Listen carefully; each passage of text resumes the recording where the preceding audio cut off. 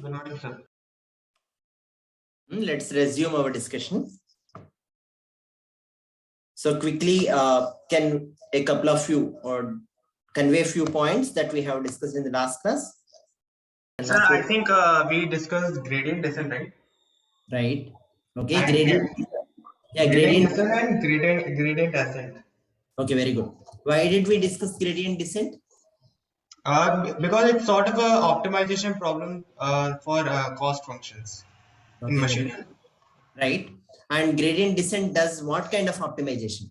It minimizes the cost function, tries to minimize the cost function by finding the optimal value. Right. It finds the minimum value for the derivative is zero. Yeah, with respect to which variable we are we wish to. Okay, it does through the clue of what? So what's the main principle of gradient descent? It uses gradient itself to minimize the cost function, and it moves towards the opposite sign of the gradient. Okay, so we have defined how to find the derivatives of a scalar valued function or a vector valued function when it is a function of a vector. Okay, and then vector derivative we have defined. So dou s by dou w or dou capital like the vector s by dou w, right? Where w is a vector, correct? So now let us move on to the discussion on a little bit more when the expressions or the functions involve both matrices and vectors. Okay, so far we have seen how to find the derivative with respect to the vector to vector and then vector to like scalar to vector. And now let's do a little more involved expressions where matrices and vectors are involved, and then we will see subsequently a few other aspects. Right.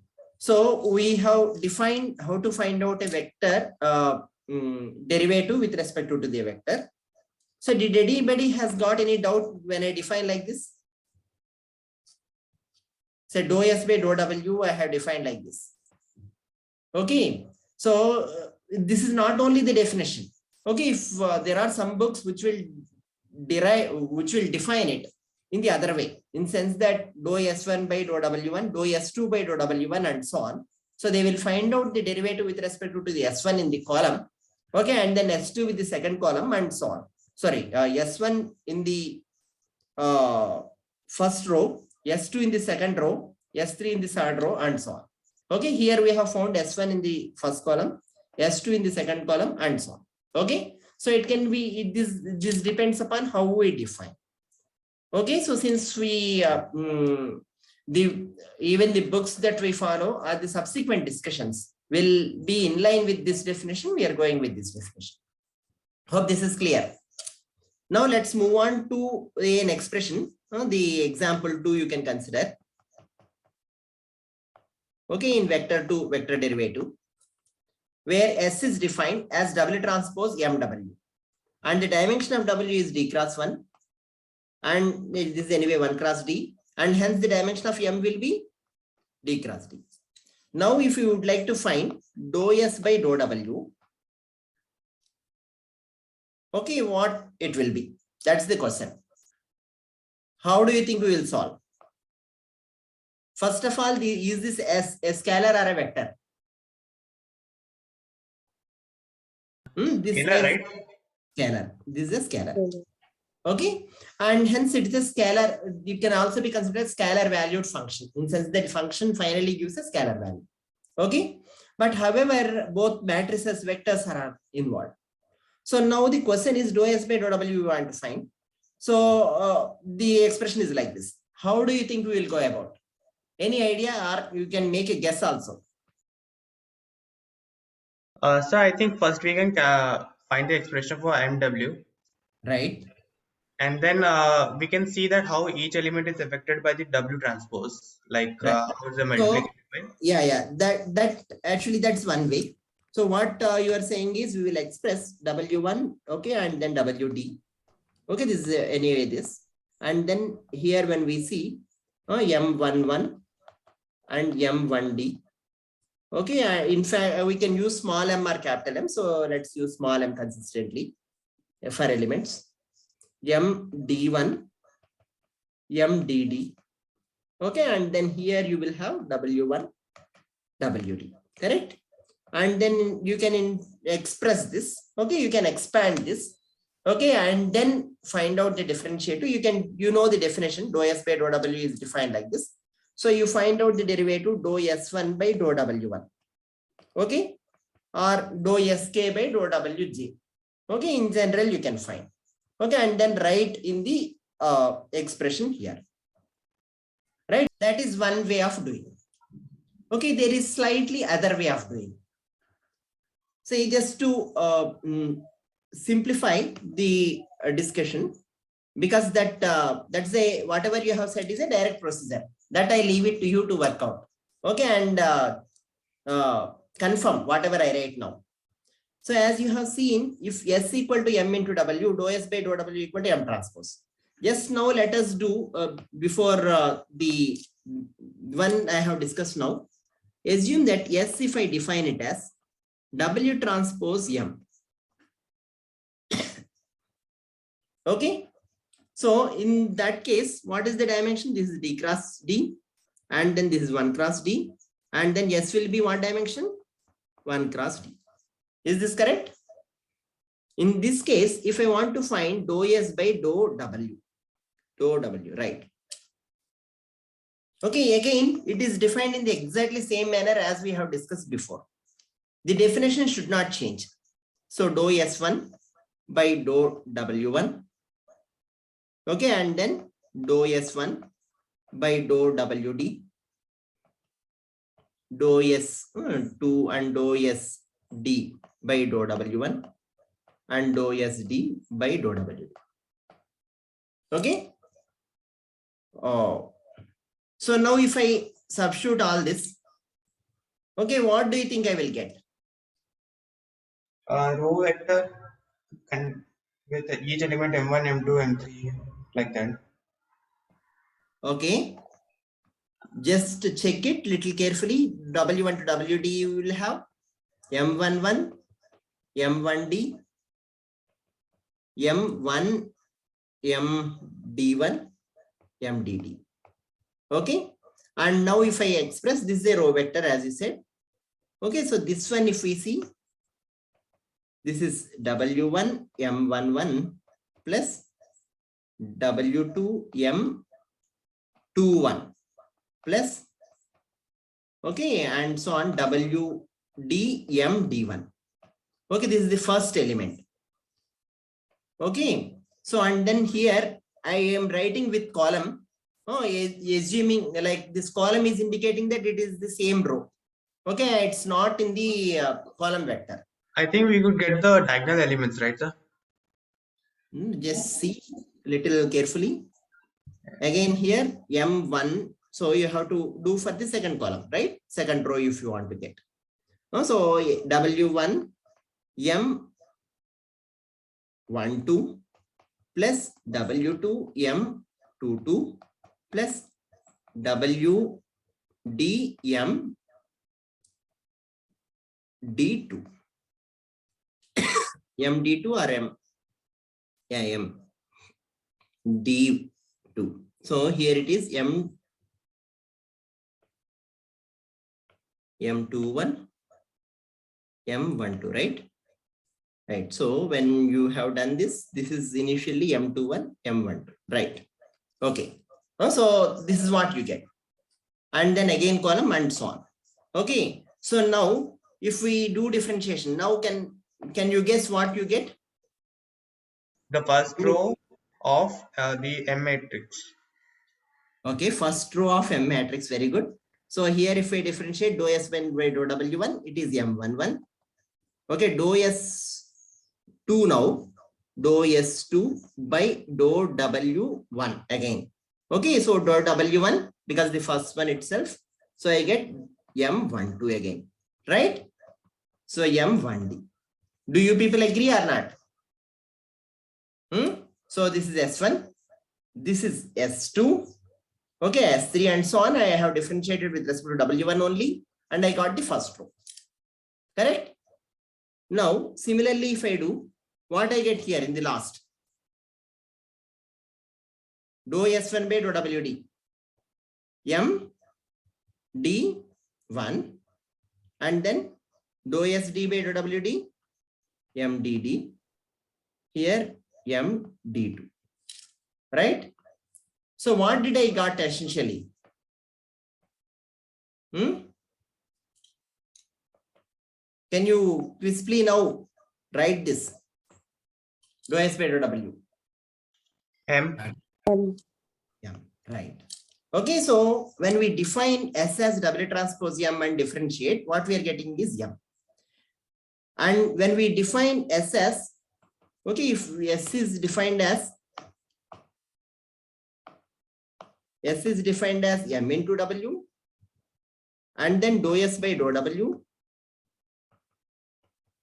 imply M transpose.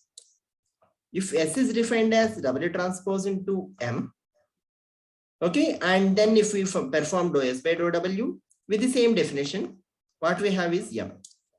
Okay, now given these two, do you think we will have can we have a simpler expression for S equal to, when we define S as this small s, MW,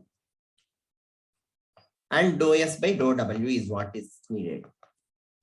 Any guess now?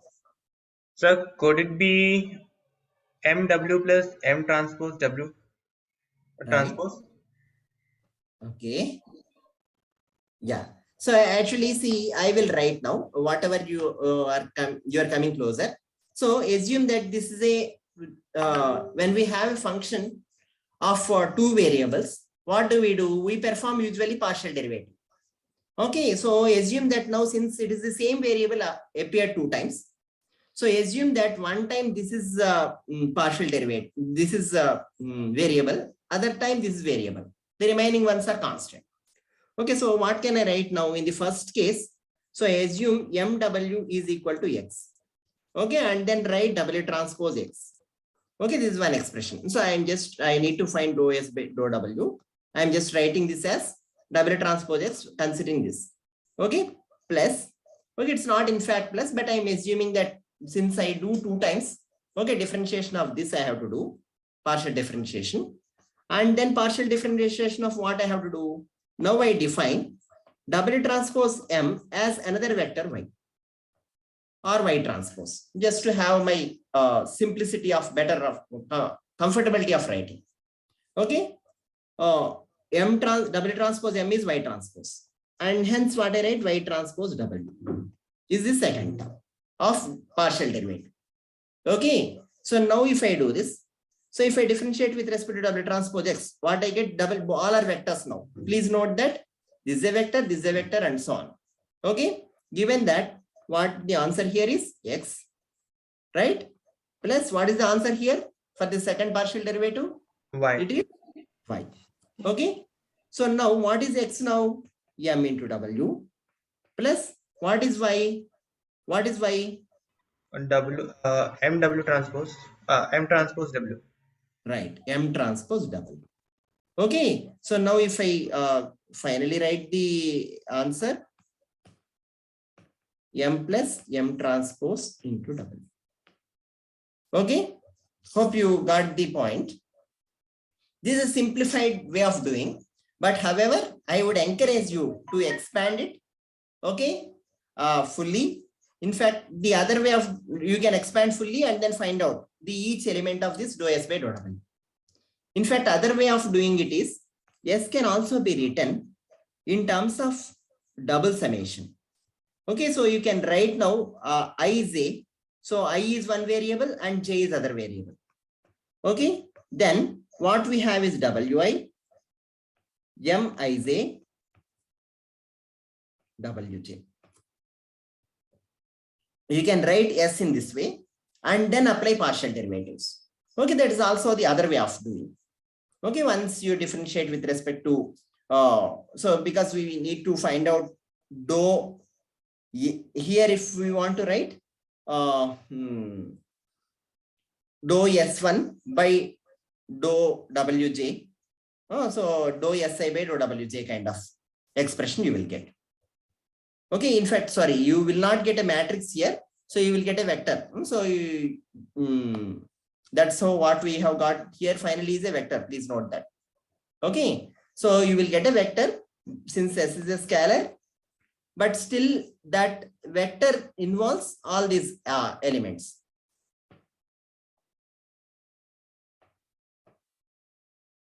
Since it is a scalar versus vector derivative, you will get a vector on. Okay, so here dou S by dou W. When you write, you have to take I and J little carefully. That is other way of doing.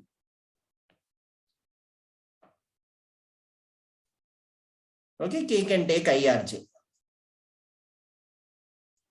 Okay, so anyway, you exercise on expanding and doing. That probably is simpler than even the size or using IJ terms. Okay, other simplified way of doing is this. Okay, where you can consider as one time you are differentiating with respect to 1W, other time other W. Okay, and this is the derivative when we have a expression involving both vectors and matrices. So these are two possibilities. There may be other possibilities. Later we will see that, say, again, you may have a vector matrix. Such things also may be involved. Okay, in such cases, how do we do that? We will see subsequently. But these are the basic things which will help us to write easily in some situations. Okay, in fact, in many situations, because what happens is when we consider a deep neural network, okay, it is, as we mentioned, it is a layered structure, and at each layer, almost similar or same operations happen. Okay, and if at one layer, if we need to find out a derivative of this sort, dou S by dou W, where S equal to M into W, same thing has to happen at each layer. Okay, so you knowing this kind of identities will simplify our ability to write the derivatives, not just across one layer, but across many layers, and subsequently the derivative from the output to the input, okay, or wherever we wish to. That is necessary because optimization in whatever we discuss is not with respect to only parameters of one layer. The cost function will be at the output, and the optimization has to be done at all layers based on the cost function that we have at the output. Okay, so that requires actually writing the derivatives from with respect to the output at layer, last layer, last but one layer, last but one to but one layer, and so on. Okay, so like that. So this will help there, right, in writing. Before we conclude this discussion, let's discuss. In fact, I will discuss these things also later in a algorithmic discussions, but these will help us to like understand them easily. So assume that we just have a scenario again. S equal to M. Yeah. Any question? Yes, sir. Like in the last slide, I have a doubt. Yeah. So how did we land into this conclusion that dou S by dou W can be written as this partial derivatives of dou by dou W for the W transpose MW? Like, Right. could you explain it in a details? Yeah, sure. So assume that you have actually some function, okay, which is a function of W, okay, into function of, say, G of W. So F and G are two functions of W, and what you need to do is dou S by dou W. Okay. So in such case, what do we do? So we write it as dou F by dou W, right, into G of W plus dou Z by dou W into F of W. Correct or not? Yes, yes. Yeah, same thing I have used here. Yes. Sir, Yeah. sir, in this formula you've written just now, del F by del W into GW, right? But Right. here in the del S by W in the example you had given. Right. So there we are considering it entirely within the differentiation, both the functions f and g w, Right. right? So how's that, sir? I mean, here we are considering one function outside the derivation, and here we are considering both function inside the derivation, differentiation. Yes, sir. M becomes a part of both the functions, so we cannot actually take in that way, right? Right, that's true. In very strict sense, it is true. These two are not exactly same. Okay, but just to give you an analogy, here the other thing that is involved is the transpose. Okay, so here it's not strictly, these are all scalars or scalar functions. Okay, where we can write, in fact, I have written F also this side, assuming that even if it is a kind of matrix and so on, okay, it will fit into the dimensions. Okay, see here, even if when we write here, the dimensions also matter. And then the transpose also creates a, because transpose you can't completely take as a function out. Okay, so we have to calculate along with that. So it's not strictly this, but this is an analogy to write this. Say, if, for example, if this is the function where s equal to, okay, f of w transpose g of w, okay, then if you write it dou s by dou like dou by dou s of this whole thing, we have to differentiate f with this if it is assumed constant for some time. Okay, so we have to differentiate this plus dou by dou w. This we should assume as a constant again because it's a partial derivative, transpose z of w. This is how the expression will be. In the bottom part, the one where s is equal to f of omega, f of w transpose g of w. What does x and y indicate over here? Oh, x indicate what? G of w. Y indicate what? F of w. Okay, okay, good. Yes. So I just put one as partial, like once this is a constant, other time this is a constant. That's what I made, because but this is x transpose y, right? So I can't separate like this. So probably I think if you take a smaller example, say even a smaller example, just to check this. So if it is x transpose x, so how are we doing? X transpose x also can be applied in similar manner. So say if I want to find out a function, if I define s is equal to w transpose w and dou s by dou w if I want to find. So what you can do is one time dou by dou w w transpose x here, where x is nothing but w only, plus dou by dou w x y transpose w, where again x equal to w and then y equal to w in this case. Okay, and then what I get is x here plus y here, which is equal to 2w. Okay, so this also follows this. And so wherever the transpose is involved, it's not that you can't completely separate and use the UV rule, but you have to take together. That's okay. Yes, it's clear. Yeah, fine. So now let's move on to the discussion where we have actually a vector and matrix involved again.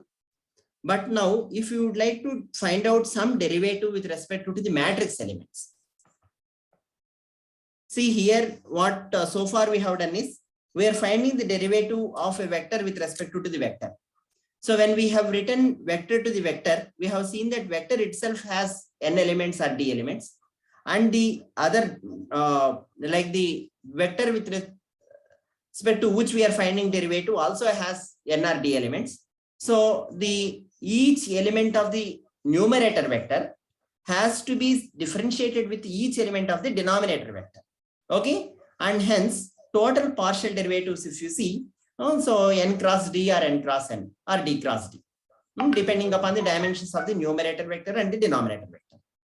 So what it's actually doing is the rate of change of each of the numerator element with respect to the denominator element we are seeing, and then quantifying it as the differential or the gradients. Okay, so now if you would like to have a expression where vector, matrix and vector are involved, And our aim is now to find out the differentiation with respect to a matrix element M Ij. Okay. Then the question is, how do we write it? Here, as you see, S is also a vector. So if this is D cross 1 and this is N cross D and this is N cross 1 vector. So in that case, S also has S is a vector and has actually how many elements? S also has N elements. So with respect to a particular element of S, we have to perform the differentiation. Okay.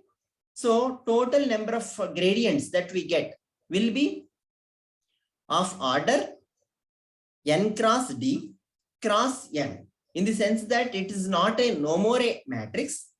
It is referred to as tensor because it has 3 dimensions now. Okay. So here if I see, K can vary from 1 to N, and then I can vary from,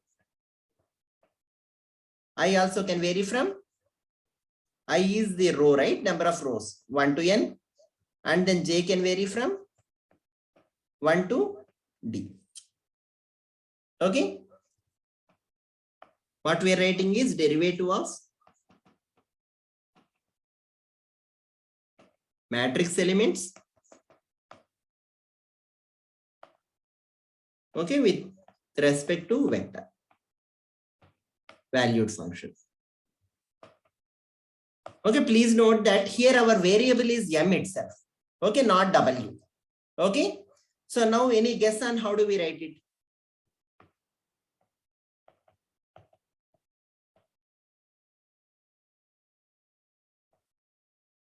See, when you write for the first time, when I ask you to write otherwise, you think of the expanded version and then simplified version.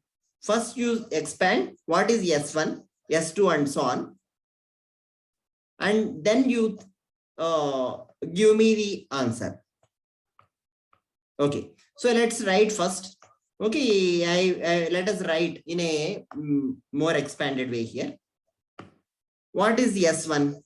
Well, this is essentially S1, S2, and so on, Sn. Okay, assume that this is essentially S. Okay, so now what is S1? Let this be capital or small, doesn't matter. I hope you understand the what we are writing here. Okay, so what is S1? M11 W1 plus M12 W2 plus M1D WD. Okay, similarly now S2 also you can write, and then Sn is Mn1 W1 plus Mn2 W2 plus Mnd WD.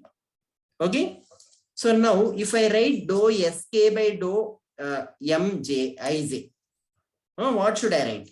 Any guess on that? Say for example dou S3, okay, by dou M32. If I want to write, what is the answer? Dou S3 by dou M32. What is the answer? W2. Very good, W2. Now dou S3 by dou M42. What is the answer? Dou S3 by dou M42. 0. 0. Okay. Now given this, will you be able to tell? Now let us do one more thing. Dou S3 by dou M35. What is the answer? W5. W5. Okay. Given this, can you give me a general expression? How do I write dou Sk by dou Mij?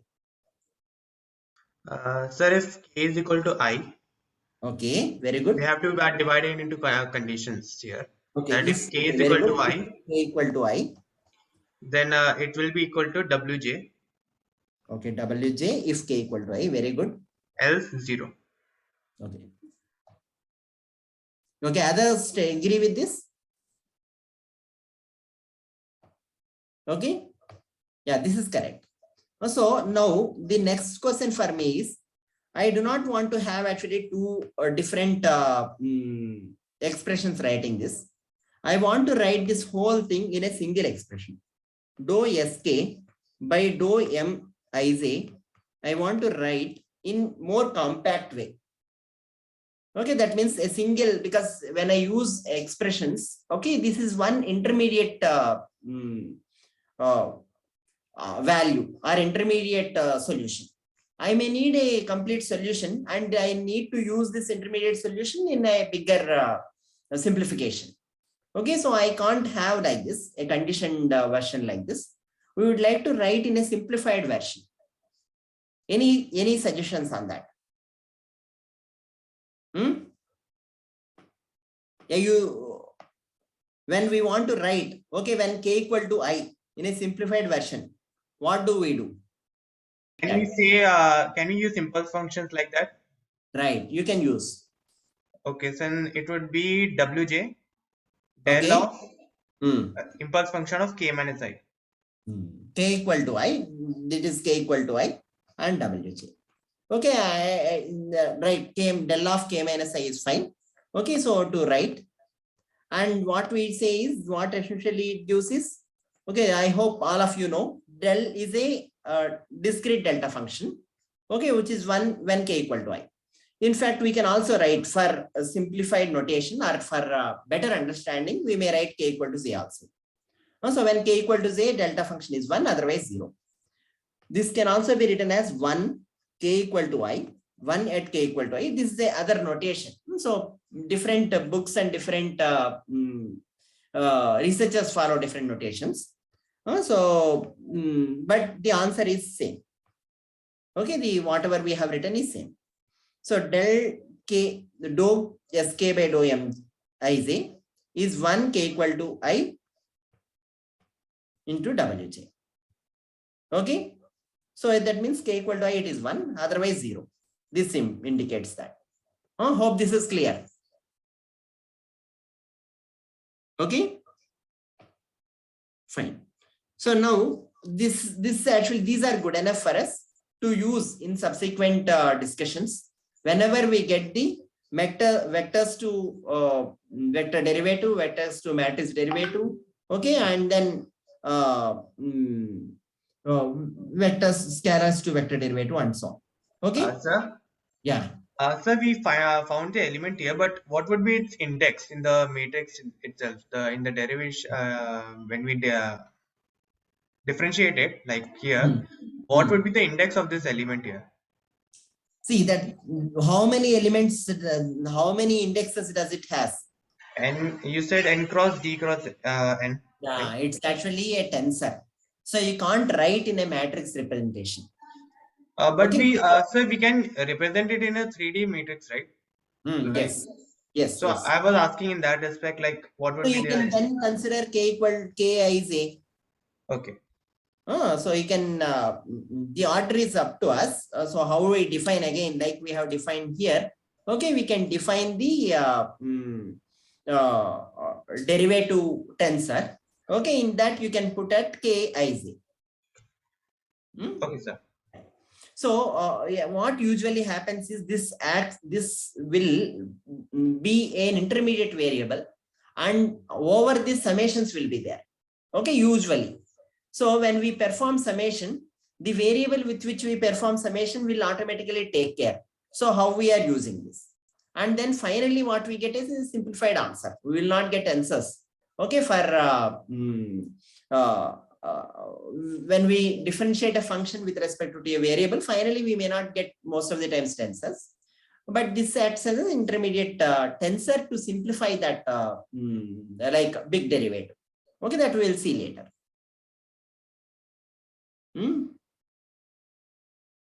Okay, I hope these discussions are fine. So now let us move on to the discussion of writing the cost in a different way. So far what we have seen, when x and y are two y equal to w transpose x kind of scenario, where there is a w which will help us to parameterize or to be learned from x to y. Okay, then how do we do the derivatives and so on we have seen. But we have also discussed at the beginning that usually W transpose X or W into X when we do, this what it gives is R scores. And we are not very much satisfied or all the time we use scores. We would like to use the probabilities or these scores ranging in the range from 0 to 1. Okay, so this F can be a function, such a function which will bring these scores into the 0, 1 range. So that what happens, you can consider this is something like close to probabilities of X belonging to a particular class. Okay, so for example, if in case if W, there are two scenarios wherein actually the score is of single class. Okay, then what, in that case, small y, which is F of W transpose X, gives the X belonging to that class. Okay, probability that X belonging to class 1 or not belonging to class 1. That's all. Okay, so it gives a binary probability 0 or 1. Oh, a score close to 0 or close to 1, and based on that we can take a call whether it belongs to foreground object or background object. Okay, so there is other scenario wherein this W is a matrix. Okay, so in that case what happens, Y is a vector and then Y can have actually 0.2, 0.8, 0.3 and 0.01 and so on. Okay, so in that case what happens, F of a matrix into a vector. Okay, so this can be a scenario where this can be D cross 1 and then N cross D and N cross 1. In that case, what we are saying, this probability of X belonging to different classes. So this also, say for example, if this X is a sample, X belongs to say class 2, omega 2 or class 2 with higher probability than class 4 and class 3 and class 1. Okay, so probability of belonging to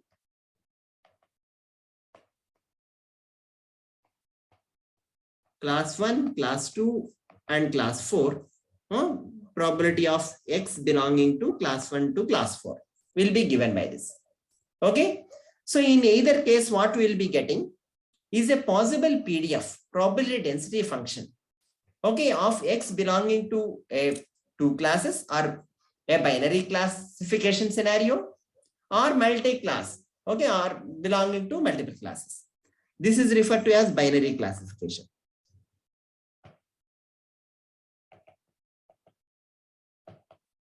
And this is referred to as multi-class classification.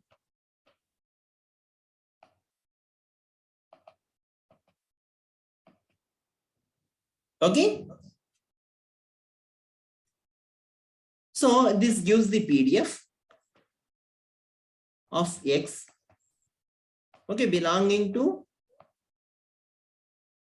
different classes.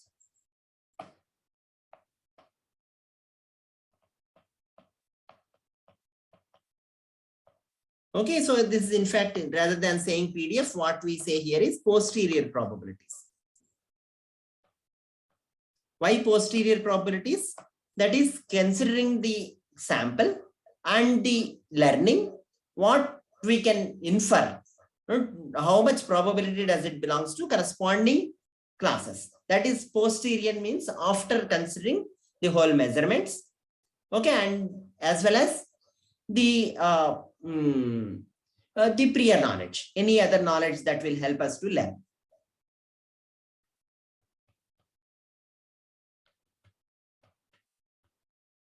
Okay, so what we want to do in that case is, if we consider this posterior probability as Q, or probability, predicted probability we can consider.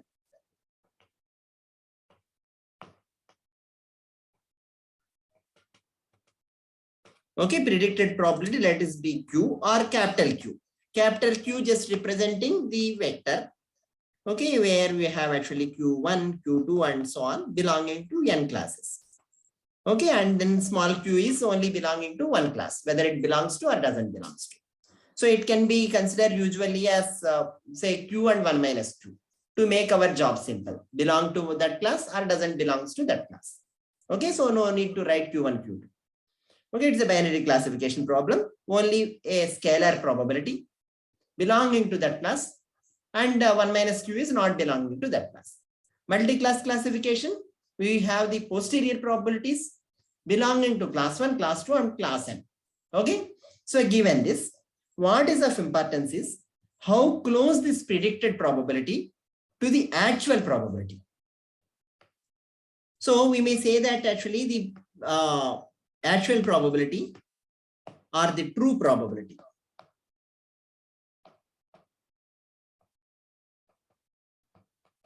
What is the true probability of what? Sample X.